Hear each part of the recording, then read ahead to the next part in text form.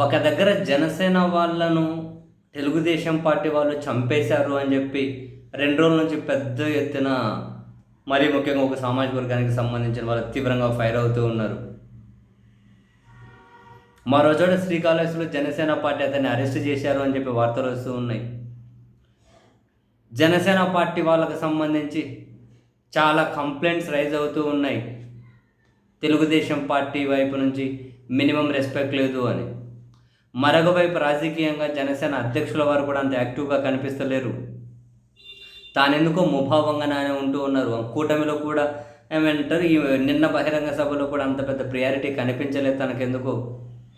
వీటన్నిటికీ తోడు Pithapuram Telugu Desam party incharge Varma గారు మంత్రి నారాయణ గారి ఆడియో లీక్ అయిన వ్యాఖ్యల మీద స్పందించే క్రమంలో ఇంతకుముందు ఎప్పుడో నాగబాబు గారు చేసిన వ్యాఖ్యలు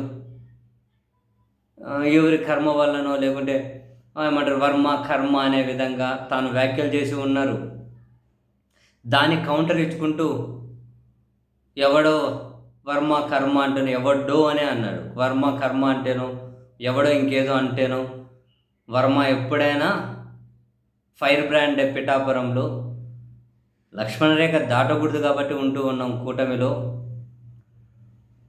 అది ఇదని చెప్పి చాలా సీరియస్ వ్యాఖ్యలు ఎవడో అని చెప్పి ఇండైరెక్ట్గా నాగబాబు గారినే అన్నారని చెప్పి సోషల్ మీడియాలో ఈవెన్ జనసేన పార్టీ వాళ్ళే పోస్టులు పెడుతూ ఉన్నారు. ఇన్ని జరుగుతూ ఉన్నా కూడా ఎమ్మెల్సీగా ఉన్న నాగబాబు గారు ఎందుకు ఎక్కడా స్పందించడం లేదు. మామూలుగా ఎవరైనా ఒక మాట అంటే వాళ్ళన్న చిరంజీవి గారిని అన్న, వాళ్ళ అన్నగారు వాళ్ళ తమ్ముడిని అన్న, లేదు జనసేన పార్టీ వాళ్ళకి సంబంధించి ఎక్కడైనా కంప్లైంట్స్ వచ్చినా కనీసం ట్విట్టర్లో అయినా స్పందించేవాళ్ళు నాగబాబు గారు. చివరికి బాలకృష్ణ గారు చిరంజీవి గారిని ఎవడు అనే పదాలు అసెంబ్లీలో వాడి చిరంజీవి గారు ఒక ప్రకటన రిలీజ్ చేసినా సైలెంట్గానే ఉన్నారు. వర్మ ఎవడో ఏదో అన్నంత మాత్రాన సైలెంట్గానే ఉన్నారు. జనసేన పార్టీ వాళ్ళకి సంబంధించి ఇన్ని కంప్లైంట్స్ వస్తున్నా సైలెంట్గానే ఉన్నారు. మరి రీజన్ ఏంటో జనసేన పార్టీ వాళ్ళకు కూడా అంతు చిక్కడం లేదు. దీని వెనకలు ఏమైనా స్ట్రాటజీ ఉందా? ఎన్నున్నా మనం భరించాల్సిందే, వాళ్ళతో కలిసిపోవాల్సిందే, 15 ఏళ్ళ వరకు మనకు తప్పదు అని చెప్పి ఏమైనా ఫిక్స్ అయిపోయి ఉన్నారా? తిట్టేవాళ్ళు తిట్టించుకోండి, కొడితే కొట్టించుకోండి, గిల్లితే గిల్లించుకోండి, మేము మాత్రం పైన కలిసే ఉండాలని చెప్పి ఏమైనా గట్టిగా నిర్ణయం తీసుకున్నారా? లేకపోతే ఓపికగా గట్టిగా బిక్కబట్టుకొని ఏమన్నా కనుక వేచి చూస్తున్నారా? ఏం తెలియట్లే ఎక్కడే కూడా. మరి ఏమైనా నాగబాబు గారికి మినిస్టర్ ఇస్తామని చెప్పి అది ఇంకా డిలే అవుతుందని చెప్పి ఏమైనా అసంతృప్తిగా ఉన్నారా?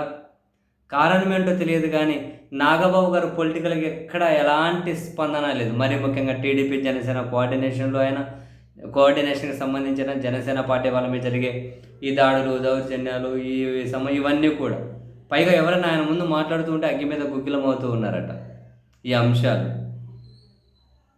మరి సంథింగ్ ఈజ్ ఫిషీ. చూడాలి.